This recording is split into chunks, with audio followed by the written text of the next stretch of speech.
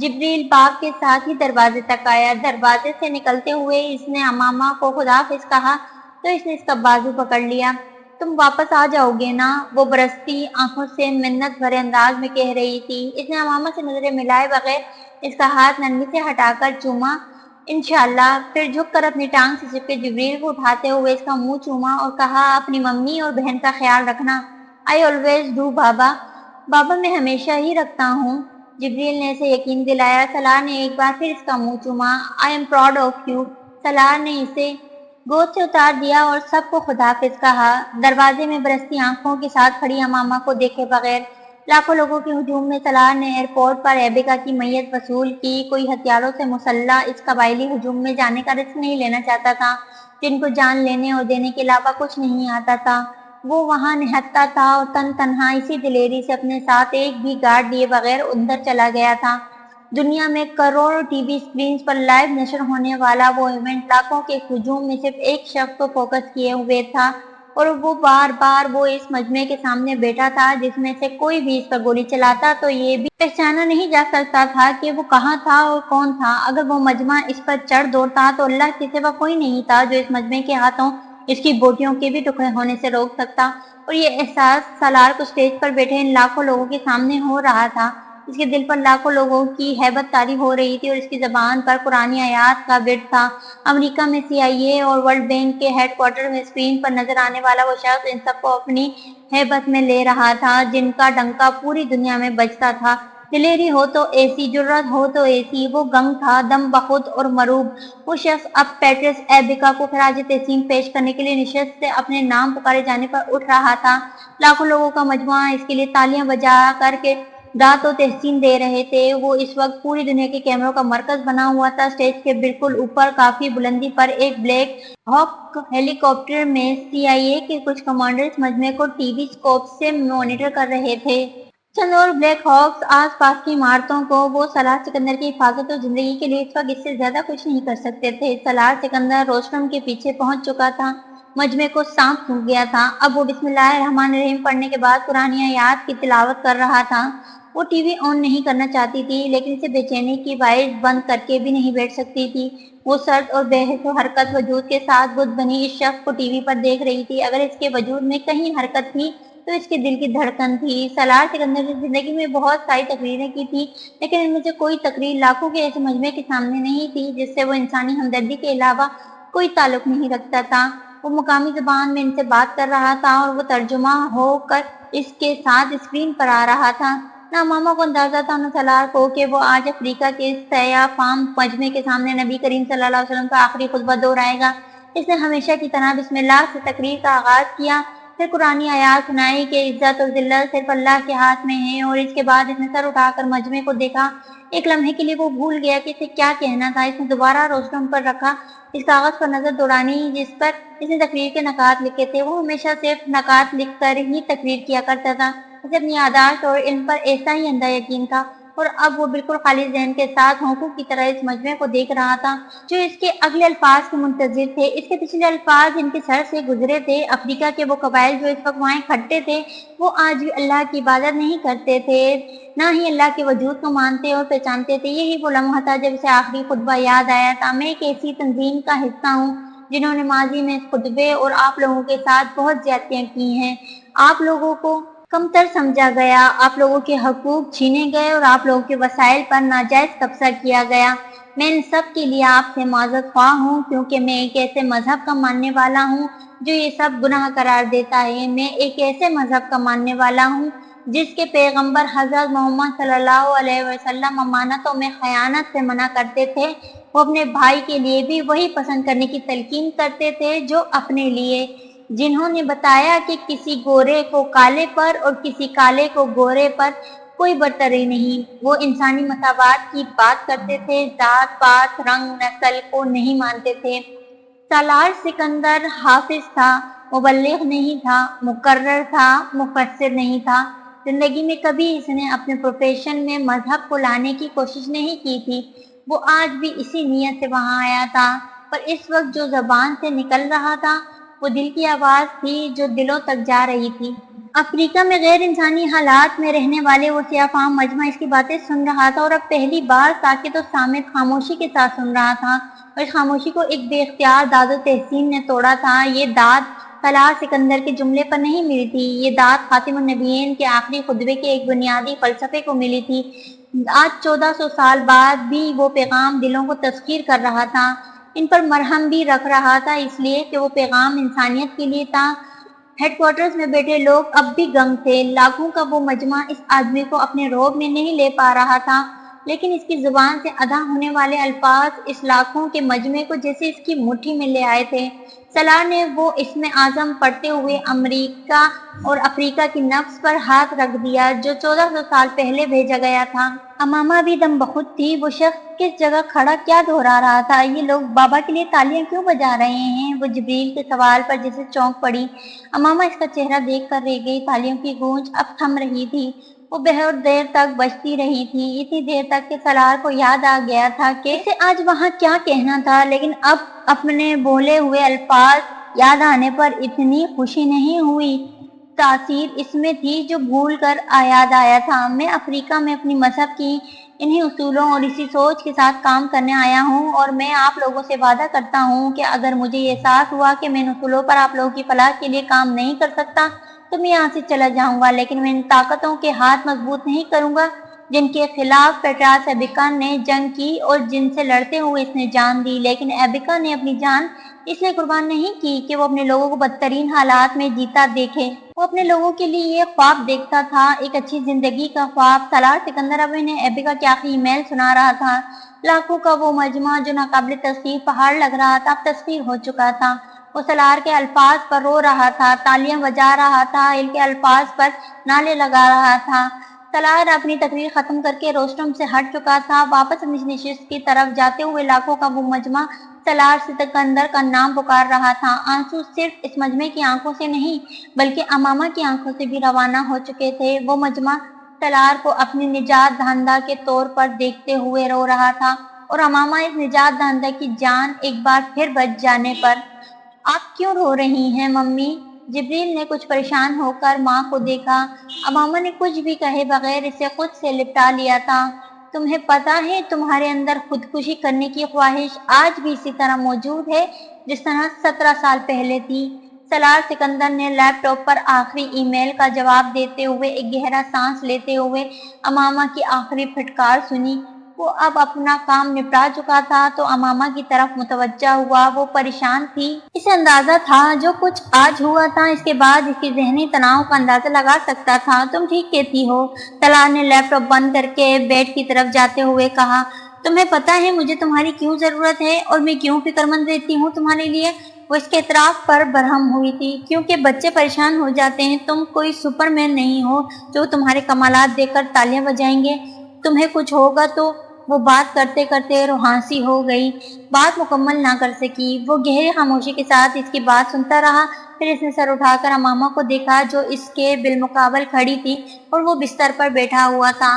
تم ٹھیک کہتی ہو، جواب پہلے سے مدھم آواز میں آیا تھا۔ وہ اور برہم ہوئی۔ میں مذاق نہیں کر رہی۔ اسے لگا جیسے ہمیشہ کی طرح وہ اسے زج کر رہا ہے۔ اب اگر ایک بار پھر تم نے یہ جملہ دہرایا تو میں اس کمرے سے چلی جاؤں گی۔ تمہیں میری ہر بات امکانہ لگ رہی ہے۔ You are right. وہ اس بار زج ہو کر جلاتے ہوئے ہنس پڑی تھی، پھر اس کے پاس بستر پر بیٹھ گئی۔ آخری خطبہ سنا رہے تھے، آج تو سارا سناتے، ادھوری بات کیوں کی؟ وہ اب اس پر طنز کر رہی تھی۔ ہمت نہیں پڑی، اس لیے تو کہتا ہوں تم جو بھی کہتی رہی ہو ٹھیک کہتی رہی ہو، کل بھی اور آج بھی۔ امامہ اس کا منہ دیکھ کر رہ گئی۔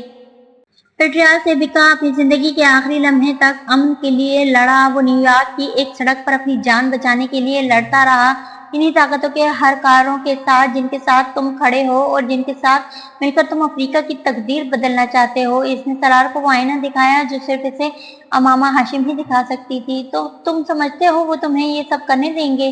تم سمجھتی ہو میں یہ سب کرنا چاہتا ہوں؟ اس نے جواباً اسی انداز میں پوچھا۔ وہ بول نہیں سکی۔ پھر امامہ نے پوچھا، پھر تم کیا کرنا چاہتے ہو؟ میں پہلا اسلامی مالیاتی نظام بنانا چاہتا ہوں جو سود سے پاک ہو لیکن پوری دنیا کے لیے ہو، باضابطہ، قابل عمل اور جو اس کی جگہ لینے کی صلاحیت رکھتا ہو۔ جواب اتنا غیر متوقع تھا کہ وہ حیرانی سے سالار سکندر کا چہرہ دیکھ کر رہ گئی۔ تمہیں لگتا ہے میں نہیں کر پاؤں گا؟ بہت دیر تک ایک دوسرے کی آنکھوں میں آنکھیں ڈالے اس خاموشی کو سالار نے توڑا تھا۔ یہ کام دنیا کا اگر کوئی کر سکتا ہے تو وہ صرف تم کر سکتے ہو سالار۔ اس بار دنگ ہونے کی باری سالار کی تھی۔ یہ جواب نہیں، وہ اعتماد تھا جس کی اسے ضرورت تھی۔ اس کا خون بڑا اور شیروں کے حساب سے بڑا تھا۔ تھینک یو، امامہ کی طرف دیکھتے بغیر سر جھکائے سالار نے اپنا تشکر اس تک پہنچا دیا۔ شکریہ کی ضرورت سمجھ میں نہیں آئی تھی لیکن وہ اس کا چہرہ دیکھتی رہی، یوں جیسے وہ منتظر تھی کہ وہ کچھ کہے۔ تمہیں بہت مشکلات کا سامنا کرنا پڑے گا، بالآخر سالار نے کہا۔ وہ ہنس پڑی، یوں جیسے اس نے کوئی عجیب بات کر دی ہو۔ تم مشکلات کی بات مجھ سے کر رہے ہو سالار؟ زندگی میں بڑے برے دن گزارے ہیں میں نے۔ اس نے ایک گہرا سانس لیا۔ لیکن وہ برے دن میری وجہ سے نہیں آئے تھے، اب شاید میری وجہ سے بھی آئے۔ سب سے مشکل چیز یہی ہے میرے لیے، میں جو کرنے جا رہا ہوں اس کے اثرات تم تک اور بچوں تک نہیں آئیں گے۔ واحد کمزور کرنے والی شے یہی ہے مجھے۔ تم یہ مت سوچو، جو کرنا چاہتے ہو وہ کرو، باقی دیکھا جائے گا۔ زندگی اس سے بدتر تو بہرحال نہیں ہوگی جیسی میں گزار آئی ہوں۔ امامہ کو اس وقت یہ بات کرتے ہوئے اندازہ نہیں تھا کہ جن مشکلات سے سالار خوفزدہ تھا وہ مشکلات نہیں تھی جو وہ سوچ رہی تھی، وہ صرف مالی مسائل کے حوالے سے اسے متنبہ کر رہا تھا۔ میں سونے کا چمچہ منہ میں لے کر پیدا ہوئی تھی، بچپن سے دنیا کی ہر نعمت ملی، پھر ایک اور وقت آیا جب اپنی بنیادی ضروریات بھی پوری نہیں کر سکتی تھی، دوسروں کی سر پر محتاجی کی زندگی گزارنی پڑی، نوکری کرنا پڑی۔ وہ وقت بھی گزر گیا، پھر تمہارے ساتھ گزرے پچھلے 7 سال میں دنیا کی ہر نعمت و خواہش ملی، پہلے سے بڑھ کر اور بہتر، لیکن میں یہ کبھی نہیں بھولی کہ یہ وقت بھی گزر جائے گا۔ چیزوں کی اہمیت نہیں ہوتی، انسان کا کوئی نعم البدل نہیں۔ تم جب تک بچے اور تم میرے پاس ہو مجھے کوئی پرواہ نہیں۔ اس نے سالار کو دیکھا، وہ خاموشی سے اس کی بات سن رہا تھا۔ وہ اسے ہلانا نہیں چاہتا تھا، یہ کہہ کر کہ بچے اور وہ بھی کبھی اسے چھین سکتے تھے جسے پہلے چھین لیے گئے تھے، اور ہر آزمائش مال پر شروع ہو کر مال پر ختم نہیں ہوتی۔ پہلی بار سالار کی نظر امامہ کے ہاتھ میں پہنی انگوٹھی پر پڑی تھی جو اس نے اسے شادی کے تحفے کے طور پر دی تھی۔ وہ بہت حیرانی کے عالم میں سے دیکھتے ہوئے کچھ بولنا ہی بھول گیا۔ اس کا خیال تھا کہ یہ انگوٹھی بھی اس گھر میں موجود لاکر میں پڑے دوسرے زیورات کے ساتھ جل گئی ہوگی۔